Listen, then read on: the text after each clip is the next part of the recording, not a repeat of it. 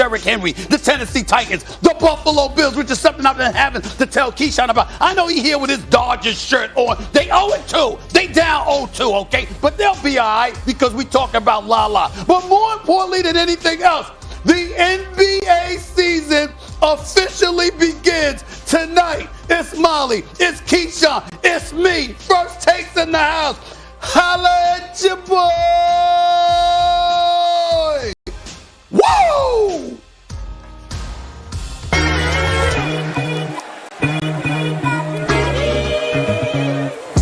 There's Derrick Henry trying to get the big guy going, and he's going. Derrick Henry, touchdown. Give it to Henry.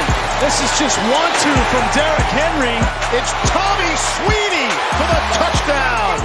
Derrick Henry into the second level and into the end zone. Touchdown.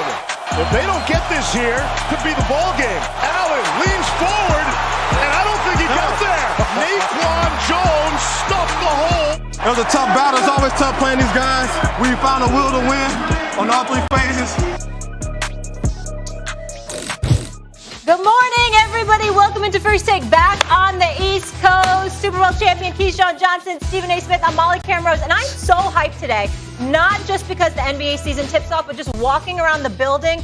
It feels like we're back to normal. October, best month in sports. Plus, we got all the analysts here. A lot happening. Well, I am incredibly excited, but let's pump the brakes just a touch. What? We were in L.A. yesterday, you know. Yeah. We it's a little cold here in New York City. That's all right. I mean on the sports front, we got Mike Wilbon joining us, Malika Andrews. You're absolutely right. I'm just saying, we're working. It does hurt a little bit. Yeah, y'all both a little dark, you know. That tan, that sun beaming down on y'all in L.A. It's beautiful. What's happening right here? Dodgers. Atlanta owns you.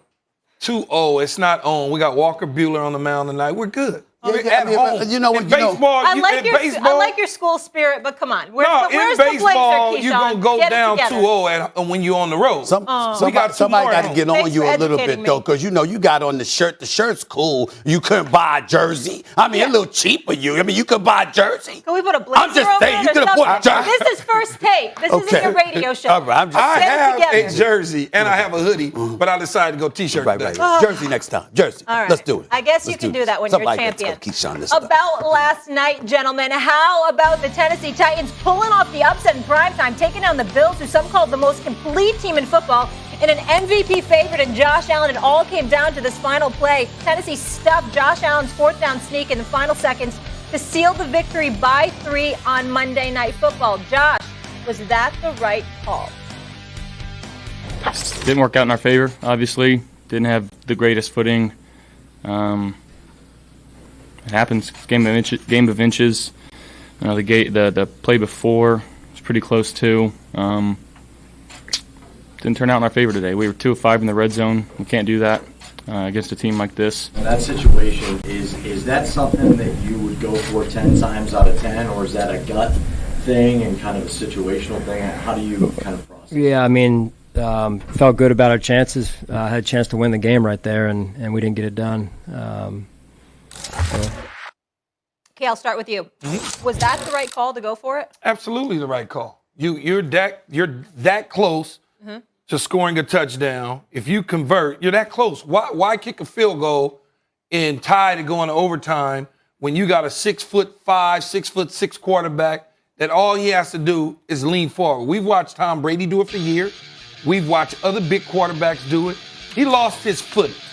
Okay, you can second guess it at this point in time if you want to. So when you're looking at it as a whole, Molly, and you're saying to yourself, why would they do this? They're taking themselves out of contention to get a first-round bye. Not at all. Everybody within that conference has an L, a loss. The only team that's in front of them right now are the Baltimore Ravens because they got one loss. Cincinnati's going to come back to the party. So when you look at the entire season, if they continue to keep winning, then they'll put themselves right back in contention to have the only bye out of the AFC. So I'm fine with the call. You want to win. And on top of that, it shows down the line in the future that the coach believes in his players. So therefore, the players will believe in the coach. Yeah, it might hurt Josh Allen's MVP stock, though, that he lost that game on Monday night. I'm just telling you, they might bring that up later. I don't think he was ever going to get that anyway, though. He's in it, Stephen A. I respectfully disagree with you, Keyshawn. Why? And I'm about to tell you, man. I'm about to tell you. Show just get started, bro. Okay. I'm about to tell you. Okay. I don't disagree with them going for it on fourth down. Okay. I disagree with the call. There's a reason you saw Emmanuel Sanders on the sidelines looking so frustrated at the end of the game, because it wasn't that you went for it on fourth down. It was the play that you called. I understand you need a half yard. I get it. I understand it. But what I'm saying to you is this. Everybody and their mother knew that play was coming. And I think the transparency of it, even though he slipped and that could happen to anybody, and I totally understand that. The bottom line is, since you knew it was coming, you could have tried something a little different there. No. I believe they could have. No, you got your offensive line that are hogs up front. Okay. All they got to do is push. Okay. What I would say is I didn't like him going off the left side. Okay. Probably should have dove over the top. Fine. But the sneak, listen, Stephen A., there's no other call on when you got that much. There's no other call that you need to make. You can sit up there, you can do a quarterback sneak, or you can sit up there and throw it to the corner of Emmanuel Sanders or stuff like that. You can do something like that. You can do it because they can pull it off. They got the weapons to pull it off. Not only that, like you said, you going to the left, you just should have bowled ahead. This is not Derrick Henry running for you. This is not the offensive line blocking for him. 6'6", you jump over the top. Okay, that's fine. You could say that, but in the end, hindsight's 20/20, and I'll give you that. All I'm trying to say is the execution of it. I have no problem with them going for it on fourth down. Yeah. Absolutely going for the win. Why kick the field goal and play for overtime when you think you could close them out right now? I got no problems with that. I'm just talking about the play that they called. I understand. That was you issue. didn't like the play.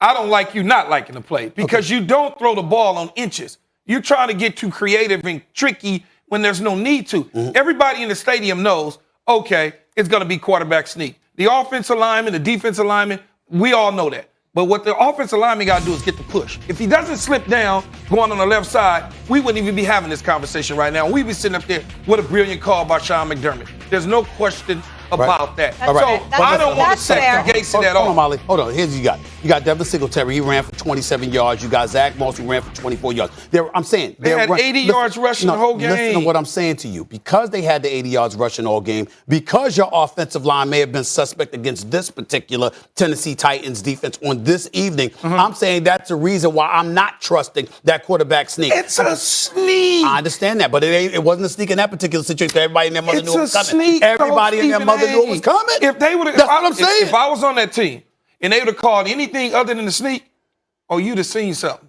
I would have acted. Yeah, and what else? Sneak the ball. And what else? Because you're going to speak your mind. You're going to speak your mind. And you're going to listen. You don't turn around and hand the ball 7 yards deep to a running back. Maybe you don't do that. Maybe you sit up there and fake a handoff and sweep to the outside. I'm saying it's a. Well, he could have. If you wanted to get creative, maybe a neck bootleg would work. All I'm trying to say is that you don't have much of a running game last night. No. So I'm not trusting your offensive line just to give me that push. I'm not trusting it. I'm not trusting it because if he doesn't fall and slip, he gets the first down. That's true. Let's move on. We're not having that conversation. By the way, gentlemen, they have 3 wins coming up. I'm looking at their schedule. Yes. Dolphins win, Jags, Jets. So you talk about cupcake schedule right there. Yes. Let's focus on King Henry. He has been a man amongst boys. 3 TDs, 143 yards in primetime. Stephen A., can Derrick Henry win a Super Bowl? No. And I think he's an absolute stud. I think that Derrick Henry is the closest thing that I've seen to Earl Campbell. Them young whippersnappers out there don't know who Earl Campbell was. Earl Campbell used to play for the Houston Oilers, all right, before they moved to Tennessee. Earl Campbell is one of the all-time great running backs in NFL history. This brother asked Bosworth and others about Earl Campbell and how you were, even though Bo Jackson ran over him. But that's a different story for another day. The point that I'm trying to make is this. Earl Campbell was a power running back. You look at Derrick Henry, the way he's just a mammoth of a man. He's built differently. And it's just, you see guys, they go after his legs. They don't even think about trying to touch his upper body because they know there's no hope there. This guy is virtually impossible to take down in a one-on-one situation. He's just that formidable. But having said all of that, because of the manner in which the game has changed, Keith, when I think about the Mahomes of the world, the Allens of the world, I think about, obviously, Brady, who's been around for a couple of decades. You think about Aaron Rodgers and what he brings to the table. We're praising Justin Herbert. We're looking at Dak Prescott and stuff like that. You're not going to win if your offense is damn near totally reliant upon a running back. But see, that's not true, though, Stephen A. Go ahead. That's not true. Derrick Henry can win a Super Bowl. Here's the problem, though. Tennessee's defense. The defense is such a problem because what he does is portable. When you get into the playoffs, you get to moving around to them Kansas Cities, them Clevelands, and Baltimores. You got to be able to run the ball because the weather's going to change. Yeah, Patrick Mahomes able to throw the ball all over a lot,